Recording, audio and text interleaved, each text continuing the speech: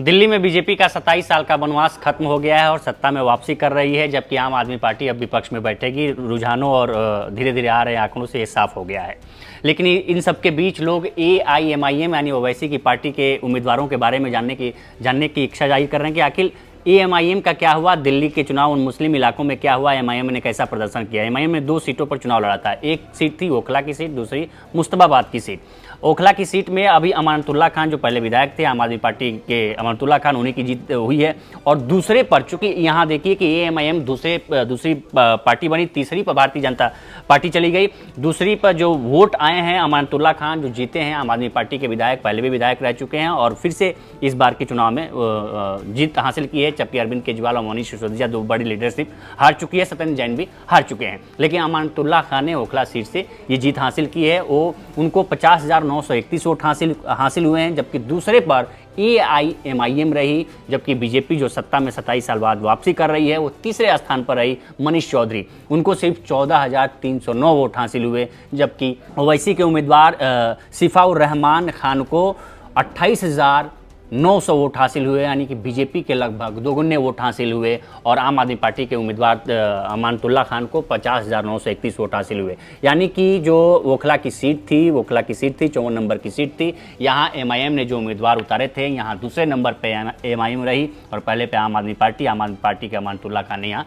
जीत हासिल की है। लेकिन बीजेपी यहाँ तीसरे स्थान पर रही। मनीष चौधरी 14,309 वोटों के साथ तीसरे स्थान पर रहे, जबकि कांग्रेस चौथे स्थान पर रही। कांग्रेस ने अरीबा खान को यहाँ चुनावी मैदान में उतारा था और अरीबा को केवल 8,534 वोट हासिल हुए हैं। जो दूसरी सीट थी जहाँ से MIM ने अपने उम्मीदवार उतारे थे, जो दूसरी सीट मुस्तफाबाद की सीट थी, और मुस्तफाबाद की सीट पर भारतीय जनता पार्टी ने जीत हासिल की है। ये मोहन सिंह बिष्ट हैं, मोहन सिंह बिष्ट ने जीत हासिल की है। मोहन सिंह बिष्ट को 77,859 हासिल हुए हैं। और वहीं दूसरे पर आम आदमी पार्टी रही। आम आदमी पार्टी के आदिल अहमद खान, यानी ये मुस्लिम बहुल इलाका था, मुस्लिम बहुल सीट थी। इससे पहले इस सीट पर आम आदमी पार्टी का कब्जा था, लेकिन इस बार बीजेपी ने इस सीट पर कब्जा कर लिया है और आदिल अहमद खान, आम आदमी पार्टी को मोहन सिंह बिष्ट ने हराया है। मोहन सिंह बिष्ट ने 17,539 वोटों के अंतर से हराया है।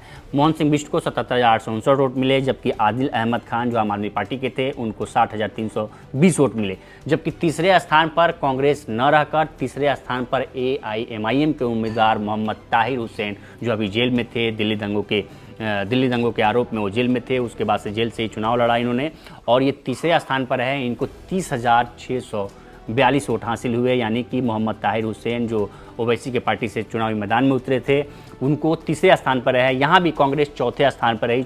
कांग्रेस ने अली मेहदी को चुनावी मैदान में उतारा था और इनको सिर्फ 10,658 वोट मिले और ये 67,201 वोटों से हार गए। मोहन सिंह बिष्ट भारतीय जनता पार्टी के उम्मीदवार यहाँ चुनावी मैदान में उतरे थे और उन्होंने जीत हासिल की है और 27 साल बाद वापसी की है बीजेपी ने। लेकिन जिन 2 सीटों पर MIM ने उम्मीदवार उतारे थे, उनमें निश्चित तौर पर MIM ने जो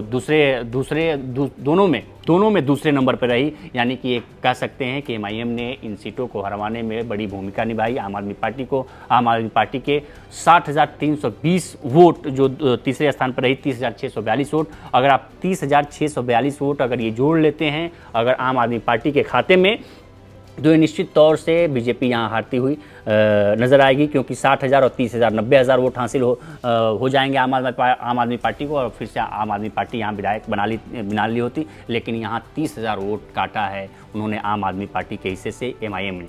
और जो ओखला वाली सीट है, ओखला सीट पर भले ही आम आदमी पार्टी की जीत हासिल हुई है, लेकिन वहाँ उसका मार्जिन कम हुआ है। तो जो ओवैसी की पार्टी थी, MIM ने जिन 2 सीटों पर उम्मीदवार उतारे थे, मुस्लिम बहुल इलाके थे। मुस्लिम बहुल इलाके में बीजेपी की जो मुस्तफाबाद की सीट है, यहाँ बीजेपी की जीत हुई है, जबकि ओखला में आम आदमी पार्टी की जीत हुई है। यानी कि MIM भले ही जीत न सकी, लेकिन आम आदमी पार्टी का खेल जरूर बिगाड़ी है। फिलहाल इस वीडियो में इतना ही। बाकी देश दुनिया की तमाम खबरों के लिए बने रहें लोकमत हिंदी के साथ। नमस्कार।